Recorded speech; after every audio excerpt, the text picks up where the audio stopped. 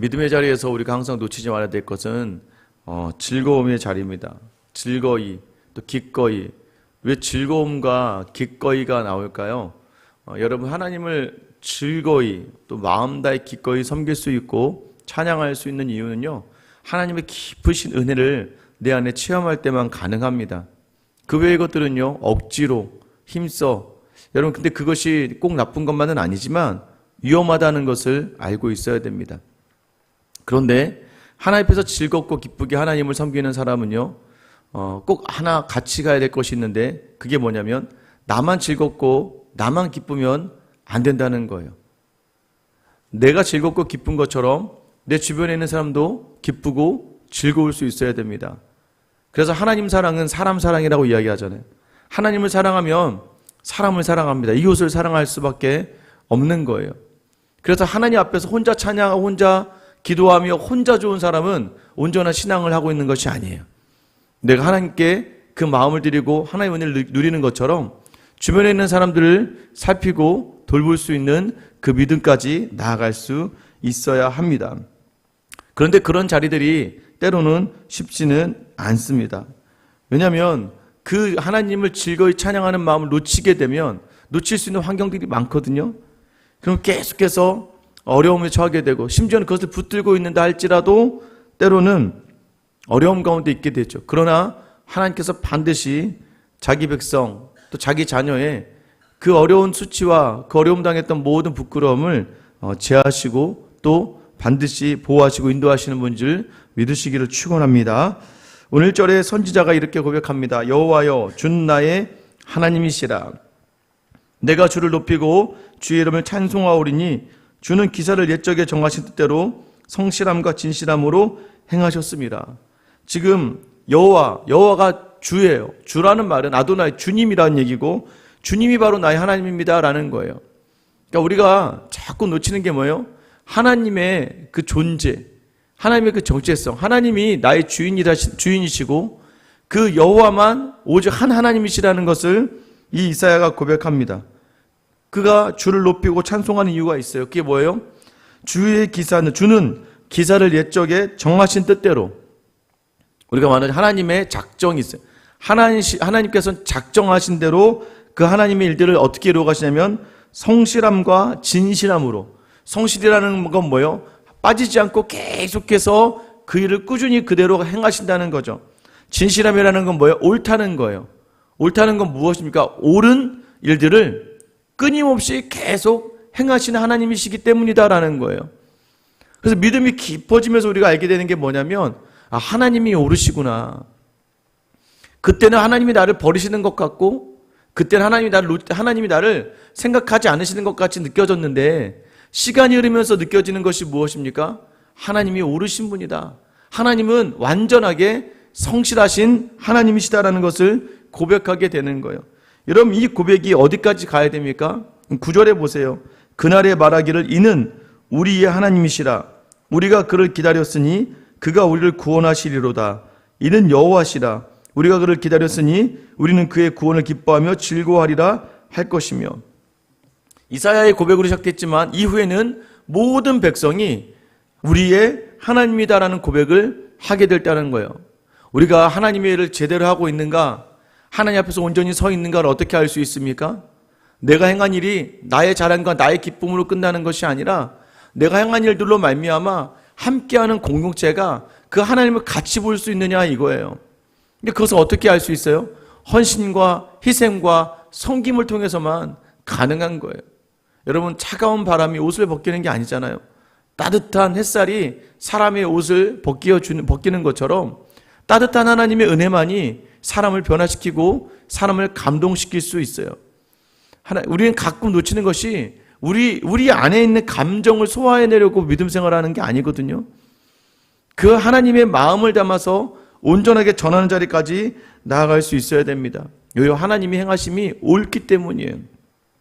하나님이 어떤 일들을 행하십니까? 2절 3절에 보면 주께서 성읍을 돌무더기로 만드시고 견고한 성읍을 황폐하게 하시며 외인의 궁성을 성읍이 되지 못하게 하사 영원히 건설되지 못하게 하셨으므로 강한 민족이 주를 영화롭게 하며 포악한 나라들의 성읍이 주를 경외하리이다.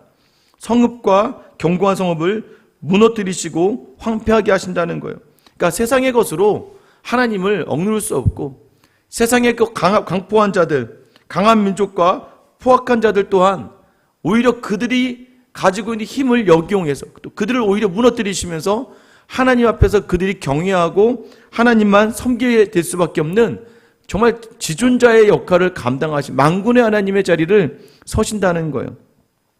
여러분 맞지 않습니까? 바벨론의 느부갓네살왕도 자기가 유다를 무너뜨렸지만 결국엔 그 스스로도 하나님을, 다니엘을 통해서 하나님을 찬양할 수밖에 없죠. 페르시아 바사의 고레스 왕이 하나님이 어떤 분이신지는 그가 어떻게 알았는지 모르겠지만 그가 하나님을 송축하며 그 유다 백성의 포로 귀환을 승인하죠. 하나님은요, 강한 민족, 강한 포악한 나라들의 경외함을 받으시고 또 그들로 인하여 그들로부터 영화로움을 받으실 수밖에 없는 유일하신 분이라는 걸 이야기하고 있습니다.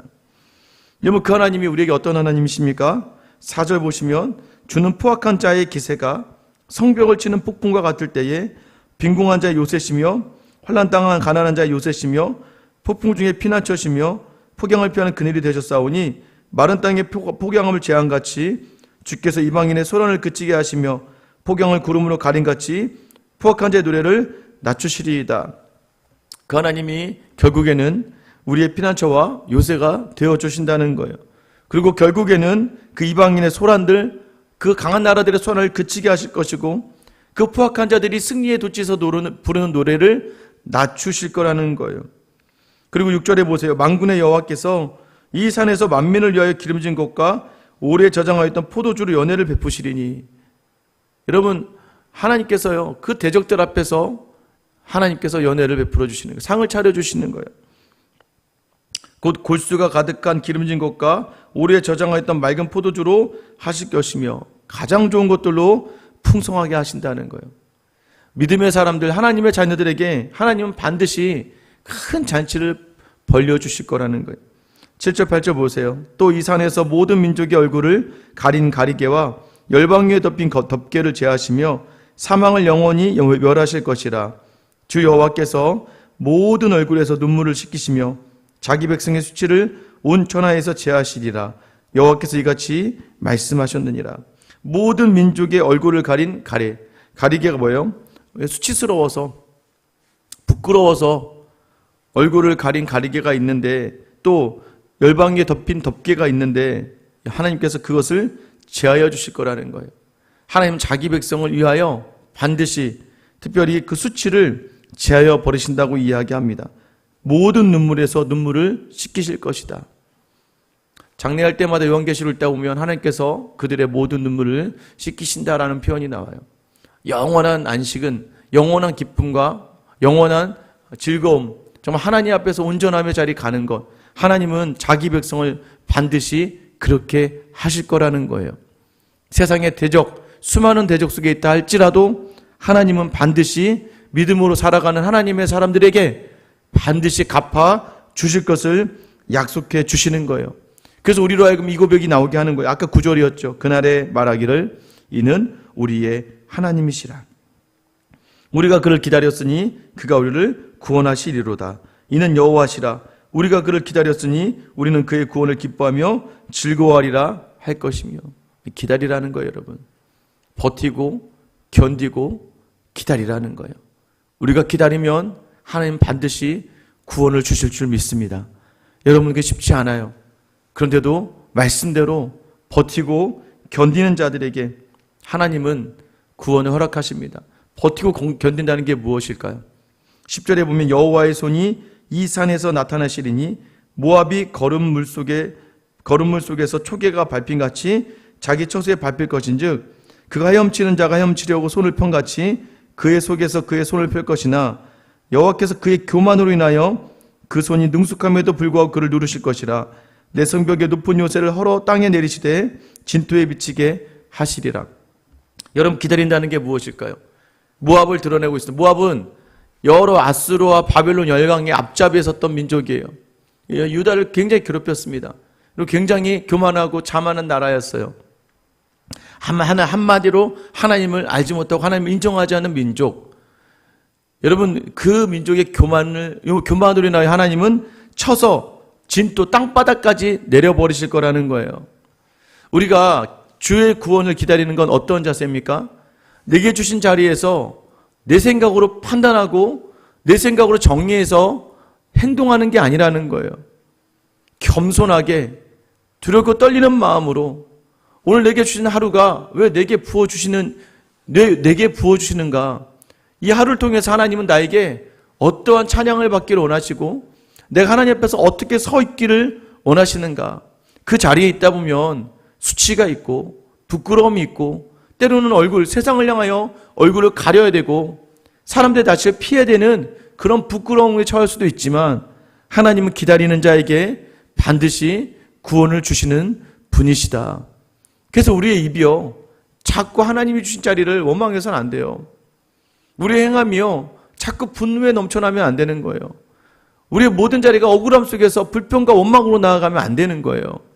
하나님은요, 신실하게 하나님의 성실함과 하나님의 진실함이 있기 때문에 하나님은 반드시 이 모든 과정이라는 거죠.